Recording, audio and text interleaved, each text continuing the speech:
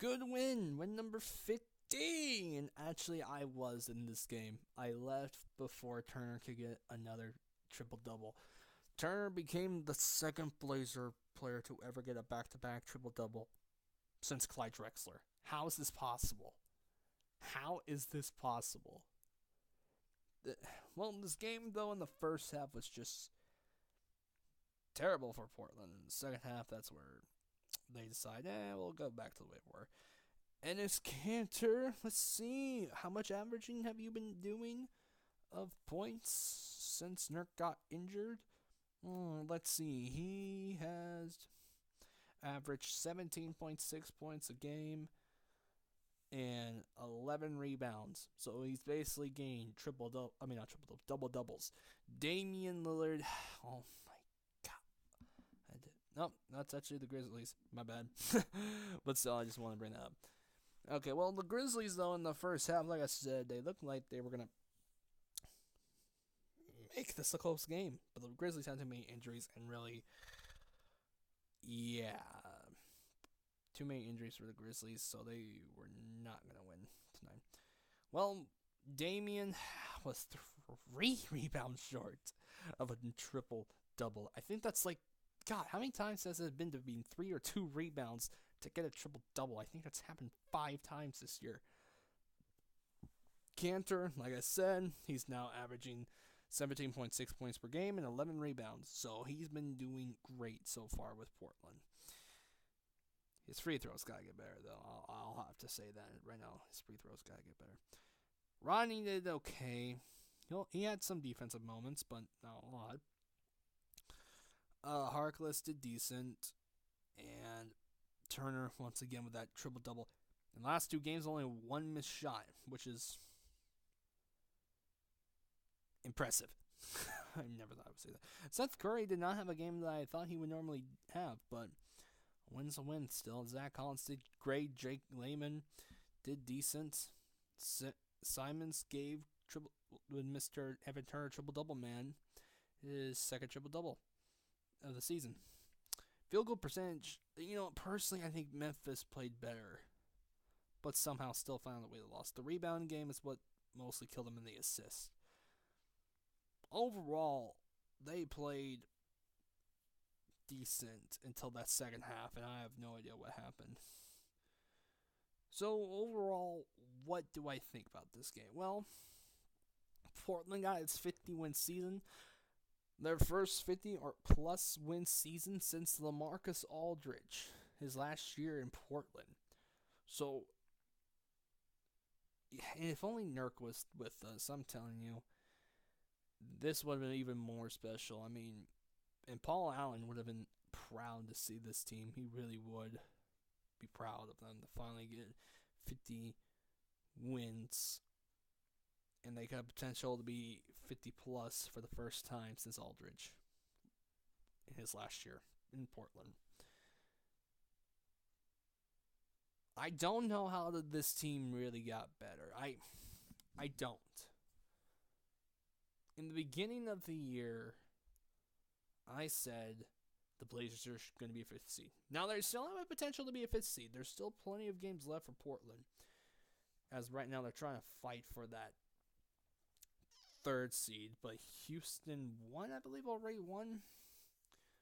Let me check real quick. Well, it's not over, but they're 131 to 99 against the Clippers. Jeez, Clippers, thanks. Well, in the meantime, right now the Blazers do have 3rd seed until Houston wins. But in all seriousness, though, I would love them to get a 3rd seed, but the truth is it's not going to happen. I mean, you look at the remaining schedule between both Houston and Portland. Houston has the easiest. They're home against the Knicks on Friday. They're home against the Suns on Sunday. And their final game will be at Oklahoma City.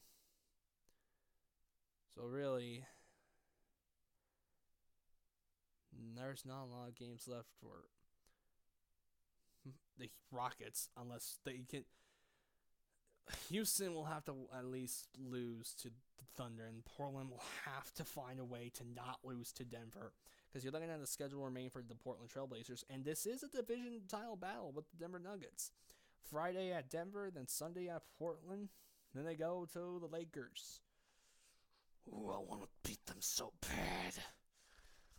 Oh. It's at the Lakers, and the final game will be at the Kings. I mean, not at the Kings, at Portland against the Kings. So I'm looking at this remaining schedule for both these teams. The safest option, like I said, is the Rockets. The only way Portland can get the third seed, they cannot lose to Denver at all. They have more games remaining than the Rockets. So something could happen right there. Portland will have to at least lose one game to maybe get that third seed, because they can end up having the same record, but remember, Portland does own the Rockets tiebreaker. But you look at the season with the Blazers, like I predicted in the beginning of the season, Blazers a 5th seed. I did not see them get 50 wins. This team, fully healthy, is a good team. I just wish we had Nurk still. CJ is still hurt, and he did show up in the game. He's been practicing with 3 people, but he will travel to Denver. We don't know if he'll play or not,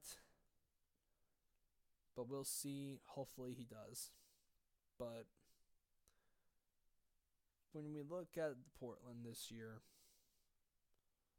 having their first ever 50-plus win season since Aldridge's last year, it's been 5, I think 5, or has it been 5? 5 or 4 years now since then. This is their 14th 50 or more winning season, for the 14th in this franchise. And it's what I question about the Blazers. Do they keep this core? Do they separate them? We all know that this team needs more help. And you gotta also think about for this offseason, what's Portland going to do? How are you gonna keep Cantor? How are you gonna keep Hood? How are you gonna keep Curry? Who are you trading and letting go? Cantor, Curry, and Hood, I want Portland to keep at this point. They've been key players. They really have, especially Cantor, because he's stepping up. And at this point, I just gotta hope that we somehow play the Clippers. Okay, well, the Rockets just win, so the Rockets will go back to being a 3rd seed.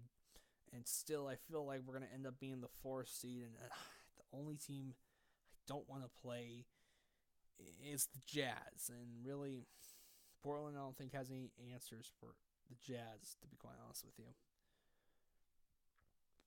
And they have a chance to be have a 50-win season too. So, really, I just gotta hope that Portland finds a way to get a 3rd seed. Just remember, Portland cannot lose any more games, because they're just a half a game behind Houston. You have more games than Houston. If I can relook at how many games Portland has. 1, 2, 3, 4 games left when Houston has 3. So like I said, Portland cannot lose any more games, or they would just lose to Denver. And would have to hope that Oklahoma City, because let's be for real, the Knicks and the Suns are not going to beat the Rockets. Portland can afford just 1 loss. And if Oklahoma City does beat Houston, and it all comes down the next game against the Kings, like I said, they can't lose any. They can only afford to lose 1 game to get a 3rd seed. So the fact that this team could repeat as a 3rd seed, it's pretty unbelievable. But the problem is, people are not going to favor Portland unless it's the Clippers, because Portland, if it does happen, if they do lose in the first round, you just gotta remember they lost their best rebounder and probably their best defender in Houston Nurkic. So really, if that does happen, It's not a lame excuse. It's not an excuse at all when it's true. Their best rebounder and probably their best defender and their third best player. If they lose in the first round, that's that though. But overall, this season has been great. I never thought I would see another 50 or more winning season in a long time. I never thought I would see this again. So, well, it was a good game overall, except for that first half. But once again, we can say it was a great day to be a Blazer.